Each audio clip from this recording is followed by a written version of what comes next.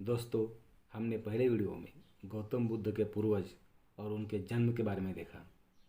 आज हम इस वीडियो में गौतम बुद्ध को वश करने में अप्सरा जैसी सुंदर युवतियाँ कैसे नाकामयाब हो गई यह देखेंगे। मेरा पहला वीडियो आपको बहुत ही पसंद आया, वैसा ही यह वीडियो भी आपको पसंद आएगा। दोस्तों, इस वीडियो को लाइक, शेयर और सब्सक्राइब कीजिए और बेल आइकन दबाना ना भूलें। तो चलो दोस्तों, आज हम देखते हैं कि युवराज सिद्धार्थ को वश करने में युवतियाँ कैसे नाकाम हो गई। सिद्धार्थ गौतम का विवाह दंडपानी नाम के राजा की कन्या यशोधरा के साथ हुआ। अपने पुत्र का विवाह हुआ और उसने संसारिक जीवन में प्रवेश किया। इस बात से राजा शुद्धोधन बहुत ही खुश थे, लेकिन असित मुनि की भविष्यवाणी राजा को चिंतित कर रही थी।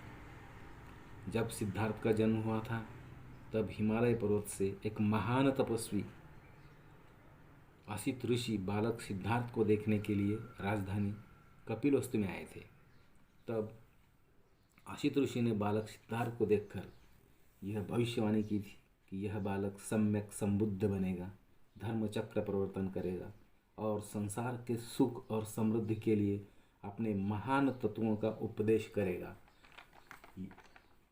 जिस धार्मिक जीवन की वो घोषणा करेगा, वो जीवन आरंभ में कल्याणकारक, मध्य में कल्याणकारक और अंत में भी कल्याणकारक होगा।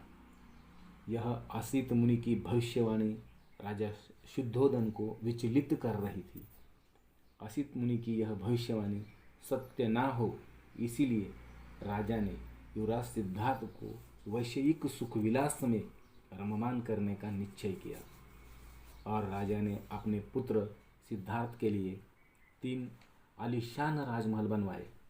एक बारिश के मौसम में रहने के लिए, दूसरा सर्दी के मौसम में रहने के लिए और तीसरा गर्मियों के मौसम में रहने के लिए। इन तीनों महलों के बाहर रंगी बिरंगी फूलों के वृक्ष और लताएं से सजे हुए बहुत ही सुंदर उद्यान बनवाए गए और राजा ने राजपुरोहित उदय के साथ चर्चा करके अति सुंदर युवतियों की व्यवस्था करने का निश्चय किया। युवराज को कैसे वश करने का यह मार्गदर्शन करने की जिम्मेदारी राजा ने उदय पर सौंप दी और युवराज सिद्धार्थ के लिए अति सुंदर युवतियों के अंतपुर की व्यवस्था की गई। अंतपुर में बहुत ही सुंदर सुंदर अप्सरा जैसी युवतियाँ थी। राजा के आदेशानुसार उदय ने सभी युवतियों को कहा कि तुम बहुत ही सुंदर हो, बहुत ही आकर्षक हो, तुम किसी भी पुरुष को वश करने में कुशल हो। तुम इस कुशलता से जिस पुरुष के पास कुछ भी वासनाशील लगना हो, उस योगी को भी तुम आकर्षित कर सकती हो। तुम इतनी कुशल हो, युवराज सिद्धार्थ को अपने प्रेम बंधन में बंद कर रखना तुम्हारे लिए बहुत ही आसान काम है।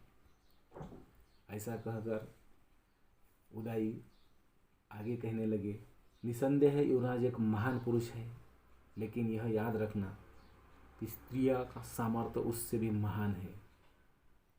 इतिहास गवाह है कि औरत ने चाहा तो वो कुछ भी कर सकती है।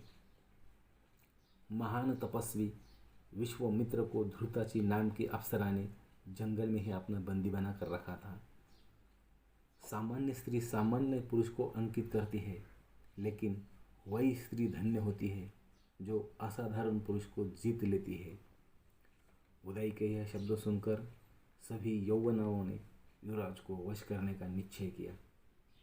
राजा शुद्धोधन ने जो अंतपुर बनाया था, उस अंतपुर की सभी अप्सराओं जैसी सुंदर स्त्रियों में सिद्धार्थ सूरज की तरह चमक रहा था।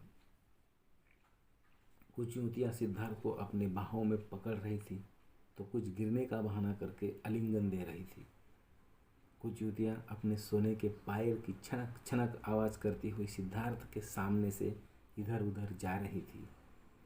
प्रेमासक्त हुई उन सुंदरियों ने प्रेम युद्ध के सभी आयुध का युवराज सिद्धार्थ पर हमला किया। प्रेम आयुधों का इस प्रकार आक्रमण होते हुए भी राजपुत्र सिद्धार्थ प्रमुदित नहीं हुए।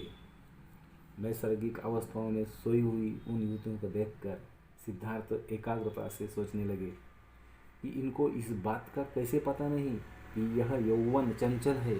कुछ दिनों बाद वृद्धावस्था इस पूरे सौंदर्य को नष्ट करने वाली है। उन युवतियों की सिद्धार्थ को वश करने की कोशिश अनेक महीनों तक चलती रही, लेकिन कुछ भी निष्पन्न नहीं हुआ। राजपुत्र स्त्रियों की ओर आकर्षित नहीं हुए, यह बात उदय के ध्यान में आ गई।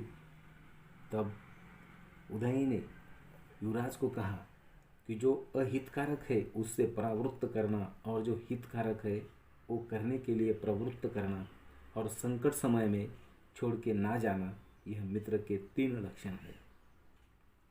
मैंने आपको मित्रता का अभिवचन दिया है। आपको पुरुषार्थ से दूर जाते हुए देखकर मैं दुर्लक्ष्य कर नहीं सकता। ऐसा कहकर राजपुरोहित उदय कहने लगे कि काम ही पुरुषार्थ है। प्राचीन युग में इंद्र ने गौतम ऋषि की पत्नी अहल्या का प्रियारधान किया। अगस्त ऋषि भी सोम की पत्नी रोहिणी के साथ रममाण हो गए। महान तपस्वी बृहस्पति ने औतवे की पत्नी ममता के साथ संबंध बनाकर भारद्वाज को जन्म दिया।